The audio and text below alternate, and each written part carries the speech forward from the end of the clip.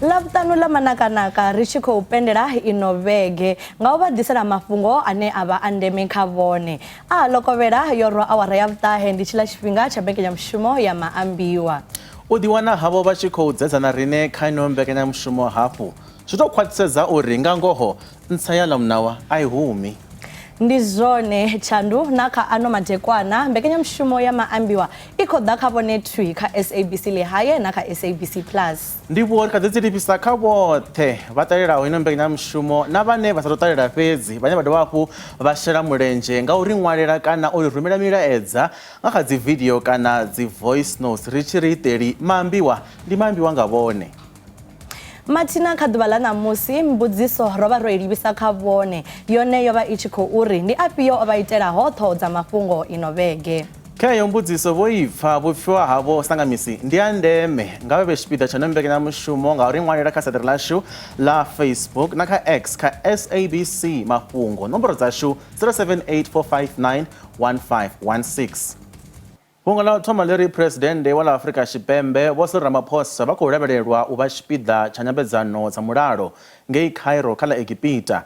Nyambedzano idzi dzi khou itelwa uri hu vhe na u pfumedzana vhukati ha zwigwada zwa Middle East zwine zwa khou vha na khuḓano. Zwigidi na zwigidi zwa miraḓo ya vhaledzani vho matsha vha tshi livha u ya embasini ya Israel fhaḽa Pretoria u sumbedza thikhedzo kha vha Palestine. Zwi tshi kha ḓivha zwo ralo muambasada wa ḽa Israel kha ḽino a vha ngo ṱanganedza ḽiṅwalo ḽa mbilaelo ḽa vha ANC.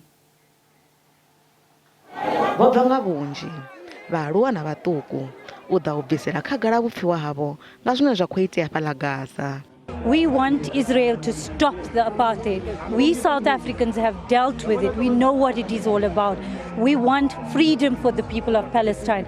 South Africa went through the same thing. For us, South Africa, this is personal because we know what it feels to be dispossessed of your land and of your dignity and your humanity. And it's something that we South Africans, we can't tolerate. Musi tshivhalo tsha dzimpfu tshi khou gonya, vhaḽihoro ḽivhusi fhano Afrika Tshipembe na vhaledzani navho vha ri muvhuso wa ḽino u khou tea u shakulisa vhurumelwa hoṱhe vhu bvaho kha ḽa Israel. Vhaḽihoro ḽa ANC vha ri vhadzulapo vha Palestina vha tea u vhofholowa nahone vha tendela u ḓikhethela vhumatshelo havho.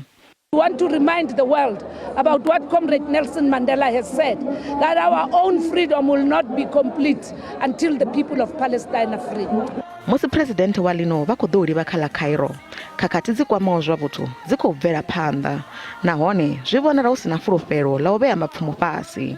Zwi tshe zwo ralo, vha EFF vha khou ḓo ranga phanḓa muṅwe mumatsho nga musumbuluwo wa u ita khuwelelo ya uri hu fheliswe dzi khuḓano. Our war is not with the people of Gaza. We withdrew from Gaza completely in 2005. There is no territorial conflict here. The whole Gaza is under the Hamas dictatorship because since 2007 there have been no elections in Gaza. And the people there live under the Hamas. They have no other choice. And we don't want to get into Gaza. We don't want to destroy any infrastructure in Gaza. We don't want to harm the people of Gaza. We want to live with them side by side. But what is happening now, these people are suffering. And they are suffering because Hamas could stop this whole campaign. It could stop firing rockets on Israel. It could stop. It could release the hostages that it kidnapped from Israel. It could punish the perpetrators of this attack. But it's not interested in all this. They openly declare their aim is to destroy Israel. This is what they are all about.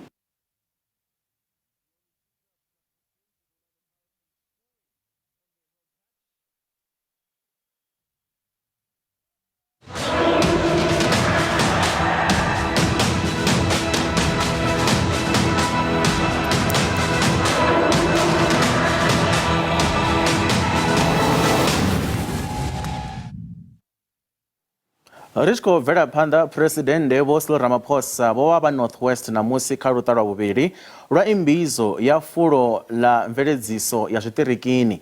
Phuresidennde vho vha vho guma u dalela vhupo uvho nga ṅwedzi wa Ṱhafamuhwe ṅwaha wo fhiraho he vhadzulapo vha bvisela khagala zwililo zwavho. 80% of those things that were raised and which we could measure.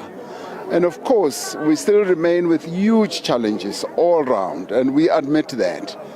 But what is important is our people's admission that they can see that there is progress that is being made. And that is the real core of our message, that we are making progress, we are turning things around. And you start off with load shedding. Load shedding, we've turned the corner. It was a horrible period that we went through, we've turned the corner. The issue of water, we are now on top of the solutions that can be brought to bear. So not everything has been done, but those things that we could measure that were raised, yes, they've measured very carefully that 80% have been done. So we are turning things around in as far as improving the lives of our people. Zichikadiba zoraro Minister wa Mapolisa abo Begekele vari mugodi usiho mulayoni we waba uchiko ukona ubinduza mashereni azimilioni na zimilioni wovaliwa Bokele vari mapolisa abo bana bupurechedzi ha ulwa na zviito zvabubindudzi ha migodi isiho mulayoni vunduni la Northwest. Well, indeed, is a repeat coming here. But after the president was here, we did come back as the police. There are basically three issues around this place. It's the GPV, as you say, but it's also the Zamazamas and also the construction mafia. Those are three issues. Indeed, it's one area here where we have arrested Zamazamas and we're quite pleased about the outcome of the courts. 18 of those people here have been arrested in Northwest and given at least 6 months or 12,000 rand alternative. Usually they are given 1,000 admission of guilt and they go home. But it also is one province where we have closed a very big operation where we find big machines and all that kind. When we operated here, we estimated that to 70 million kind of operation. So that's here. The issue, even this morning, I was talking to some few mayors about the questions of mafia, construction mafia, and then provincial commissioners here. We have agreed to come back and speak with those municipalities, and then we see how we put it. We have one unit that deals with that. We need to come, activate and work on that. On the GPV issues, we are very glad that one thing that has been giving us a lot of problem was the DNA problem. DNA is sorted out now, we are fine. We believe that we'll be checking these cases quick in court and finding results quick. Richiko Wierera, Mafhungo la Israel, balihoro la ANC, vari embassy ya la Israel iredoroboni ya Pretoria nga ivaliwe. Ngeno bane hau, bachiko itara kuerero mubuso wa Afrika Chipembe, uri ufurarere zvibveledzwa zva Israel nahone vako udoba hafu varidzi dare matembe kamu imereri wa Israel kalino. Vari lino shango aliteu isa panda lava la maradze musi pfudzungule za Palestine na Israel zichiko ubvera panda. Uisa panda na Mafhungo ili rina mudivi wa Mafhungo adzichaka-chaka Dr. Bondwa Khulu Chishonga. Ndi madekwa na habo Chishonga riko batanganedza kha inombekeza mushumo ya Maambiwa. Bo Dr. bone vangari mininga Maambiwa aba ANC nane hau. Muhashi ndiko liwa chipinga ndi zvakuma zvauri chimo chine chavange Gaza ndi chimo chovipa ukuma chine ANC sadzangano dzine la kuvusa na vane hao hotea ujiwa cheo ya uri musi chimo chorali musi va Israeli vachikochotela vatu va Palestine avange Gaza ndingoho aongoteo vana na vuledzani kana na vukonani uita uri chimo changeini Gaza chive chakwine. Vavona lifasi lichiko ita zolinganaho na siani la uri ndwa idzi dzifere. Muhashi asi zitu zine muthu angari ndi zitu zine cheyo ine vakhoijia ndi cheyo ine yathusa vatu vange Gaza ngero one huko thaseliwa una vatu vanji vane vakolozwa machilo avo zwine mashango a zwitshavha a khou ita ndi mafhungo fhedzi a uri vha vhe na dzinyambedzano hedzo ndi dzinyambedzano dzine dza khou ita uri hu dzhene zwiḽiwa ngei Gaza sa izwi hu na nḓala vhathu vha tshi khou tambula. Muhumbulo wanga ndi wa uri hezwi zwine zwa khou itiwa nga vha dzi tshaka a si zwithu zwine zwavha zwithu zwo linganaho uri ri fhungudze u tambula ha vhathu vha ngei Gaza. Vho Dokotela vha nga ri mini nga fhungo la presidente wa la America Vho Joe Biden hune ha khou pfala uri vha khou ita khumbelo ya vhadzulapo vha shango ḽavho ya masheleni a ndambedzo ya zwiṱhavhane zwa u isa kha mmbi ngei Israel? Muhashi na vhathetshelesi ndi fhungo ḽo vhifhaho vhukuma ḽi tshi khou ambiwa nga muhulwane ane vha president wa USA, muthu ane a khou tea u vha na mitsiko kha Israel. Ra dovha hafhu ra vhuyelela kha Oslo agreement he a ḓo vha hu tshi khou pfhi kha hu vhe na shango ḽa Israel, kha hu vhe na shango ḽa Palestine, kha havha mashango kha a tshile oṱhe. Zwino ndi khou wana uri zwine zwa khou dzhiwa kana tsheo yo dzhiwaho ya u wana masheleni a u lambedza zwiṱhavhane zwine zwa khou uya kha vha Israel uri vha tsikeledze vhathu vha Palestine ndi zwithu zwine a zwi ngo tea u ṱuṱuwedziwa. Vho Dokotela, shango ḽa Palestine ḽi na tshomedzo dzo linganaho na dzine ḽa nga kona u ḓipilela ngadzo? Muhashi kha ri zwi dzhie nga heyi nḓila, shango ḽa Israel ri tshi ḓa kha zwithu zwa mmbi ndi shango ḽihulwane vhukuma, ndi shango ḽo ḓi amaho. Zwino u tshi wana shango ḽa Palestine, shango ḽe ḽa ḓo vha ḽo tsikeledziwa u bva murahu hangei, a ḽi tou vha na zwiṱhavhane zwine ḽa nga ri ḽi nga imedzana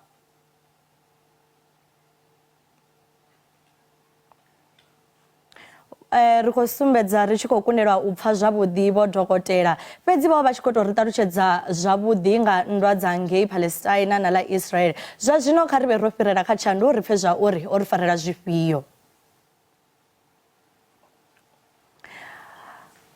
Ndi zwone ali ndi mafhungo ane vhori a takadzi ngauri ri khou vhona kha dzi video hanefha kha X na kha Facebook uri wana uri huna vhathu vhanzhi vhane vha khou lozwa matshilo avho, vhana vha khou ya zwikoloni. Ndi fhungo ḽa vhori ḽi a vhaisa nga maanḓa musi ri tshi kha ḓivha kha ḽeneḽo fhungo zwa zwino nga ri livhe kha vhupfiwa ha avho vha ri rumela milaedza nga kha dzi WhatsApp videos. Madekwana ndiko dzhena paka fhungo zwo nyitela ṱhodza mafhungo ndi musi vhadzulapo vha fhaḽa mavhunga i dzhelele vha tshi fhisa muḓi wa muhumbulelwa hune a khou pfala upfhi wa beili ngeno ho uri o ngalangala ṅwana wa miṅwaha miṋa u tshi katelwa na khotsi yawe. Vhadzulapo vha mavhunga vho dzhia mulayo vha vhea zwanḓani vho sedza uri vha khou khakheliwa nga mulayo. Ndi khou livhuwa vhe madekwana avhuḓi. Ṱhodza mafhungo ndi vhathu vhane vha khou ngalangala fhano tshiṱirikini tsha Vhembe, vhaṅwe vha khou wanala vha kha ḓi tshila, vhaṅwe vha wanala vha si tsha tshila. Nṋe ndi ri mapholisa kha vha fare vhaiti vha izwo zwithu zwivhi zwo raloho, zwi vhe ngudo na kha vhaṅwe vhane vha vha na mihumbulo yeneyo mivhi yo raloho. Ndo livhuwa mulayo wa Afrika Tshipembe nda nṋe ḽo nyitelwa u ṱhodza mafhungo heyi vhege ndi mafhungo a musidzanyana a no khou pfala uri ni o fhirisa mufunwa wawe hangei kha ḽa Zebediele zwine zwo itea fhano Limpopo, zwine u ya nga nṋe ndi pfha uri a si mafhungo avhuḓi na luthihi. A zwo ngo ḓowelea u ḓiwana muthu wa tshifumakadzini a khou vhulaya munna wawe. Ri ḓivha uri vhanna ndi vhone vhane vha khou vhulaya vhafumakadzi vhavho, zwine nazwo zwo vha si mafhungo avhuḓi. Tshi vho itwa nga mufumakadzi ri pfha ri tshi tshuwa uri mufumakadzi a tshi vho tambudza munna zwi vha zwi songo tsha dzulisa zwone. Ndo livhuwa ndi ndo humbela ni ro wana u bva tshipako nṋe ndi pfhi masithulela humbulani wa Tshauludzwa Boni zwithu zwo to nyitela u ṱhodza mafhungo. Ndi khou tou dzhena kha heḽi ḽa u ngalangala ha vhathu hafha kha tshiṱiriki tshashu tsha Vhembe, ngoho zwa vhukuma vhathu vha khou ngalangala zwine u nga si tsha pfhesesa uri hu khou itea mini, ngauri zwithu zwi no tou boresa kana zwi no tou vhavhesa ndi zwa uri vhathu vhone vha tshi ngalangala a vha tsha wanala, vhaṅwe vha wanala vho no tshinyala, ngoho zwi khou vhaisa nga maanḓa. Ndo livhuwa ndi Masitholo Humbulani wa Tshauludzwa Boni ubva kha vhupfiwa uho zwa zwino kha ri livhe kha milaedza ye ya rumelwa kha siaṱari lashu la Facebook line la vha SABC Mafhungo. Mathina mbudziso ye ra i livhisa kha vhone yo vha i tshi khou uri ndi afhio o vha itelaho ṱhoho dza mafhungo ino vhege. Kha ri lavhelese vhupfiwa ho u thoma vhune ha khou bva kha Eric uri ṱhoho dza mafhungo ndi u ṋewa beili ha munna wa fhaḽa nzhelele ha Mavhunga ane o vha o farelwa bulayo ḽa ṅwana wa miṅwaha mina hune vhadzulapo vho fhedza vho ita dzikhakhathi dza u fhisa nnḓu dza vhadzulapo. Muṅwe mulaedza u khou ḓa na Lucas Maimela ane a bva Mashamba Tshivhuyuni. Fhungo ḽo nyitelaho ṱhoho dza mafhungo ndi MEC wa muhasho wa mutakalo vunḓuni ḽa Limpopo Dokotela Vhuphophi Ramathuba vhane vho itela khuwelelo vharangaphanḓa vha mashango a Afrika uri vha shumise tshumelo ya mutakalo ya mashangoni avho. Ri tshi khou lavhelesa vhuṅwe vhupfiwa vhune ha khou bva kha Shadi uri u wanala ha munna o vhulawaho mudavhini nga vhadzulapo Tzaneen vunḓuni ḽa Limpopo. Vhuṅwe vhupfiwa vhu khou ḓa na Mudzanani Mayoyo a ri fhungo ḽo nyitelaho ṱhoho dza mafhungo hei vhege ndi fhungo ḽa u khethwa ha advocate ntswa ye ya dzhena kha vhuimo ha vhusiwe Mkhwevhani. Mathina uvho u khou bva kha ri tshi khou lavhelesa vhupfiwa vhune ha khou bva kha Mutshinya uri ṱhoho dza mafhungo ndi ndavhelelo dza u ḓo tsa ha mitengo ya zwivhaswa ṅwedzi uno ngoho mafhungo a vhuḓisa nga maanḓa. Muṅwe mulaedza u khou bva kha Goroza Boy ane a bva Masia Tshiphuseni a ri ṱhoho dza mafhungo ndi u farwa ha muṅwe ramabindu muhulwane hangei Thohoyandou. Ri tshi khou lavhelesa vhuṅwe vhupfiwa hune ha khou bva kha Ndivhudza uri ṱhoho dza mafhungo ndi u ngalangala ha vhathu hafha tshiṱirikini tshashu tsha Vhembe vhaṅwe vha khou ngalangala vha sa tsha wanala vhaṅwe vha a wanala kha avho vhane vha wanala vha sa tsha tshila zwi khou vhavhesa ndi ri vhaiti vha zwiito hezwo kha vha farwe nga u gwevhiwa zwi vhe ngudo na kha vhaṅwe vhane vha vha na mihumbulo yeneyo mivhi. Vhuṅwe vhupfiwa vhu khou ḓa na Lugisani Funanani Makhuvhele ane a bva Maelula Good Mabama a ri zwo ngitelaho ṱhoho dza mafhungo ino vhege ndi muswa wa miṅwaha ya 20 wa mufumakadzi we a farwa malugana na zwine a khou pomokwa kha bulayo ḽa mufunwa wawe wa miṅwaha ya 32 muvhunduni wa Khureng vhuponi ha Zebediela vunḓuni ḽa Limpopo. Sangamisi ri a vha livhuwa musi vha tshi isa phanḓa na u davhidzana na riṋe fhano kha mbekanyamushumo ya Maambiwa ndi SABC Mafhungo na kha X vha ri ṱela vhupfiwa havho hanefhaḽa kha mafhungo ane a vho ri ḓo ro a vhea hanefhaḽa kha masiaṱari ashu. Zwa zwino ri gidimela maragani ri a vhuya hu si kale vha songo ṱutshela kule.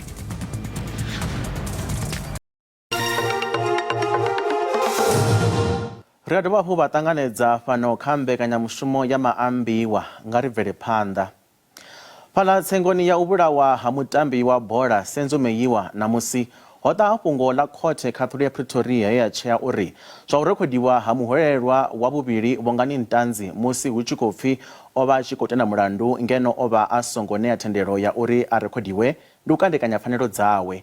Zwo ralo muhaṱuli vha ri muungo wa musi ntanzi a tshi khou tenda mulandu a u tea u dzhiwa sa vhuṱanzi ha khothe. This court is enjoined to declare evidence which was acquired unconstitutionally to be inadmissible, as I'm doing about the very recordal of the Section 217 interview from its beginning to its end. Because if this court allowed such an egregious flouting and flagrant flouting of accused number 2's constitutional rights in terms of Section 35(5), it would not be in the interest of justice to do so.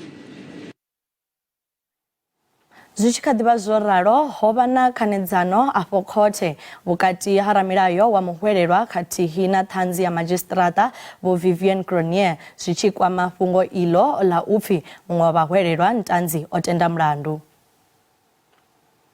Other than a confirmation by the interpreter, there's nothing that you can confirm that Mr. Mjiako was present on that particular day. Your client can confirm that? It's my instruction that he was not represented on that day, and he does not even know Mr. Mjiako.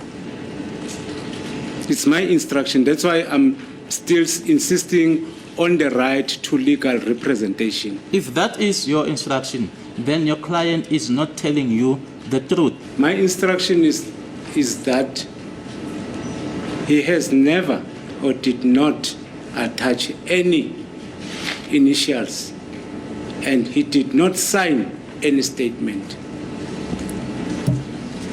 especially in front of you. That is a lie. Sorry, I'm not interfering with your interpretation. Say, sir, that is an familian. That's correct. Can you just say it in English? It's an absolute lie.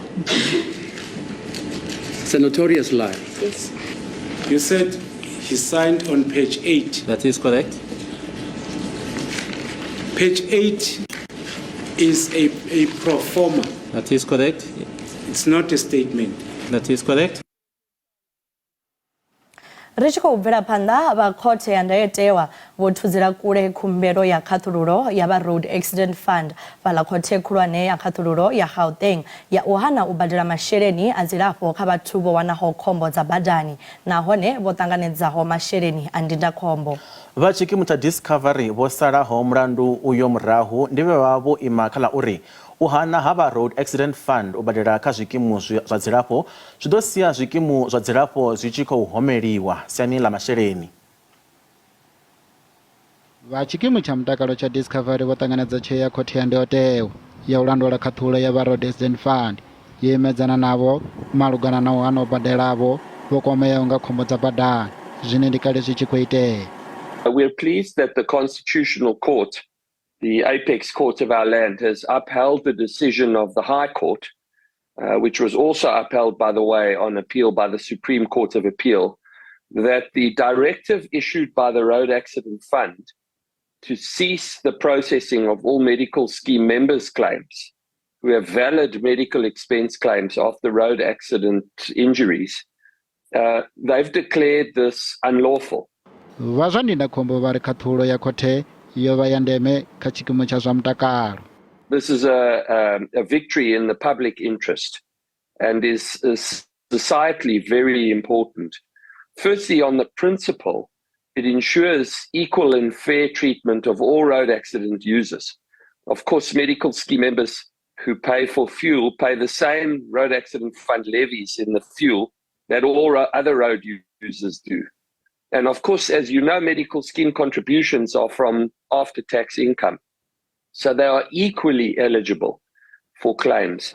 Vha Discovery vha ri khothe ya ndayotewa arali yo vha yo ima na vha Road Accident Fund vhone vha tshi ḓo xelelwa nga masheleni a dzimiliyoni dza dzirannda zwine zwa vha tshi ḓo kwama tshikwama tshavho tsha zwa ndindakhombo nga nḓila i si yavhuḓi. Musi ri tshi khou bvela phanḓa na fhungo iḽi zwa zwino ri na muḓivhi wa zwa mulayo vho Naene Mudau u bva kha Mudau and Netshipise Attorneys. Vho Mudau ri khou vha ṱanganedza kha mbekanyamushumo ya Maambiwa. Vha ri mini nga khaṱhulo ya khothe ya u thudzela thungo khumbelo ya vha RAF ya uri vhathu vhane vha vha na ndindakhombo ya zwa dzilafho vha songo badeliwa masheleni a mbilo ya dzilafho? Ndi madekwana muhashi na vhathetshelesi. Ndi khou lifhiwa hetshinoni tshipiḓa tshe nda ṋekedziwa tshone. Khaṱhulo heinoni yo ḓisiwaho nga vha khothe khulwane ndi vhona i tshi yelana na mulayo nga nṱhani ha urini musi zwo ralo Road Accident Fund kana tshikwama tsha Road Accident Fund tsho vha tshi khou thoma uri hevhanoni vhane vha vha na dzi medical aid a vha tsha ḓo kona hafhu u ya u humbela dzi tshelede dzine dza vha dzo shumiswa nga dzi medical aid musi vhathu vhane vha vha na hedzinoni dzi medical aid vho ḓi wana vha kha dzi khombo dza dzi badani. Zwino ndi vhona ungari i tou vha gundo kha havho vha zwikwama vha zwa dzi medical aid nga nṱhani urini vha kona hafhu uri vha kone u ḓi wana vha tshi khou humbela tshelede dze vha dzi shumisa musi hu tshi khou ilafhiwa kana hu khou ṋekedzwa dzilafho evho vhathu vhane vho ṱangana na dzi khombo. Zwino Vho Mudau vha vhona unga vha RAF vho vha na mbuno na dzi pfalaho na kha fhungo iḽi? Havanoni vha tshikwama tsha road accident fund vho vha vha si tou vha na mbuno zwi tshi ḓa kha heḽi no fhungo nga nṱhani ya uri ni are ra sedza mulayo wa havha vhathu vha zwa dzi insurance uri arali muthu a ḓi wana o khakha kana o tshinya are ra sedza kha musi na haningei kha dzi goloi wa ḓi wana wo thula goloi u tea u lifha tshelede dzine dzi vha dzo shumisiwa musi goloi i tshi khou lugisiwa zwi nga hafhu na hanefha musi muthu o ilafhiwa nga murahu ha musi o ḓi wana a kha khombo ya badani nga tshelede ya tshikwama tsha medical aid. Hevanoni vha ARFA vha tea u lifha vhunga hu vhone vhane vha vha na vhuḓifhinduleli ha uri ni vha kone u lilisa vhathu vhane vha vha na vho ṱanganaho na dzi khombo dza badani. Zwino hevanoni vha tshino tshikwama tsha ARFA a vha tu vha na mbuno kana a vha tu vha na mafhungo ane vha nga ri vha fara ane vha nga kona u lilisa ane vha nga kona uri a ri khou lilisa hevo vhane vho badeleliwa dzi tshelede nga dzi medical aid. Ndi khou pfa vha khou amba uri vha RAF vha tshi nga a vha na mbuno fhedzi vha khamphani ya ndindakhombo vhone vha vhona fhungo ḽavho ḽi tshi pfala. Hevanoni vha khamphani ya ndindakhombo fhungo ḽavho ḽi a pfala nga maanḓa vhukuma nga nṱhani ha uri ni yo rala i khamphani ya ndindakhombo i vha i na tshikwama tsha tshelede dzine dzo vhetsheliwa uri muthu a kone u ilafhiwa ngadzo.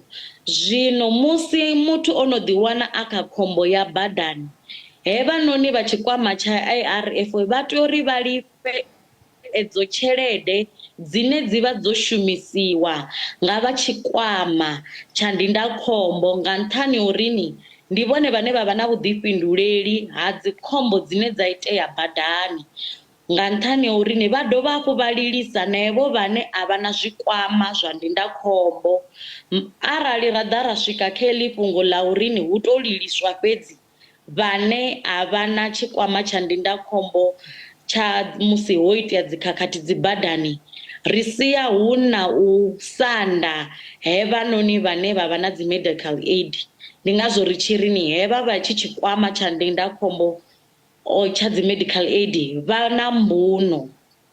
Vho Mudau ri tshi khou fhirela kha tsengo ngomu ha tsengo ya Maambiwa muhaṱuli Vho Ratha Mokgotleng vho ṋetshedza khaṱhululo ya u thudzela kule u shumiswa ha vhuṱanzi ho tou rekhodiwaho kha tsengo ya vhonṱanzi vha ri mini nga khaṱhululo iyo yo ṋetshedzwaho nga muhaṱuli? Khaṱhululo heinoni yo ṋekedzwaho nga muhaṱuli ndi vhona hu khaṱhululo ine ya vha mulayoni nga nṱhani ha uri musi hu tshi itiwa khaṱhululo hu sedziwa vhuṱanzi vhune ha vha phanḓa ha khothe. Zwino musi hu kha tsengo vhukati ha heino tsengo ho ḓo wanulusiwa uri heyi recording kana vhuṱanzi hune ha khou pfiwa vhukati ha tsengo ho dzhiwa musi muṅwe wa muhumbulelwa a sa zwi ḓivhi. So heino khaṱhululo u thudzelwa hayo zwine ra tea u zwi tevhedzela musi ri tshi ṱanganedza vhuṱanzi musi ri tshi kha tsengo. Vho Mudau vha vhona unga nga murahu ha u thudzelwa thungo ha vhuṱanzi ho tou rekhodiwaho vhatshutshisi vha muvhuso vha nga vhuya nga dzifhio mbuno u ya phanḓa? Vhatshutshisi vha muvhuso vha tshe na case kana vha tshe na mulandu une vha kona u ḓisa hafhanoni khothe nga nṱhani ha uri ni mulandu wa ngo to fhelela fhedzi nga kha vhuṱanzi ho rekhodiwaho. So ndi mafhungo uri vhatshutshisi vha muvhuso vha dzule fhasi vha tsheke vhuṱanzi vhune hono vha hone na vhune vha khou ḓi ḓo vhuḓisa phanḓa ha khothe. Ndi vhuṱanzi vhunzhi vhune vhatshutshisi vha mulandu vha kha ḓi ḓo kona u isa phanḓa na yenoni case na hononi mulandu. Vho Mudau khaṱhululo iyi ya khothe i nga kwama hani tsengo iyi u ya phanḓa? Khaṱhululo heinoni ya hovhu vhuṱanzi ho ṋekedzwaho khaṱhululo ṋamusi mulovha vhukwama ri nga si tou ri vhu nga thithisa mulandu nga nṱhani ha uri ni u sa dzhena ha huno vhuṱanzi nga kha henoni nga kha hono mulandu a zwi ambi u fhela mulandu nga nṱhani ha uri ho no ḓipfiwa vhuṅwe ha vhuṱanzi vhune khothe yo vhutendela ha dovha hafhu ha vha uri hevhanoni vha vhutshutshisi vha muvhuso vha kha ḓi ḓo ḓisa vhuṅwe vhuṱanzi vhune vhu nga ḓi khwaṱhisedza uri hevhanoni vha humbulelwa vha khou patekanyiswa na mulandu une wa vha phanḓa ha khothe kana nga kha sia ḽa vhahumbulelwa zwi nga ḓi ita hafhu vho uri ni vha kone u wana vho uri tshibuli tsha uri ni a huna vhuṱanzi vhune ha vha phanḓa ha khothe vhune vhu nga vha sia vha tshi khou ḓo gwevhiwa nga kha mulandu une vha khou humbulelwa nga khawo. Zwino musi vhuṱanzi uho ha audio ho tou rekhodiwaho ho thudzelwa thungo vha vhona nga hu tshe na vhuṅwe vhuṱanzi na vhune vhatshutshisi vha nga vhu shumisa afha? Vhuṱanzi vhu tshe hone nga nṱhani uri hevha vha vhutshisi ha muvhuso vha tshe na ṱhanzi nnzhi dzine dzi kha ḓi ḓo ḓa dza ḓa dza ṋea vhuṱanzi hovho vhuṱanzi ndi vhune ra ḓo vhupfa musi hevo dzi ṱhanzi vha tshi vhidzwa upfhi vha ḓe vha ṋeye vhuṱanzi ra kona u ḓivha hafhu uri ni vhuṱanzi hoho ho khwaṱha u swika ngafhi.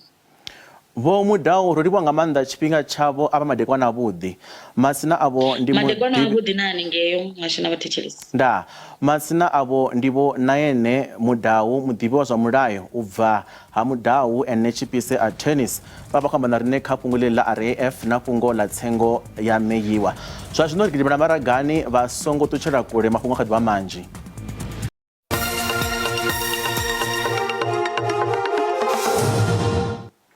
Ri khou dovha hafhu u vha ṱanganedza kha mbekanyamushumo ya Maambiwa nga ri bvele phanḓa.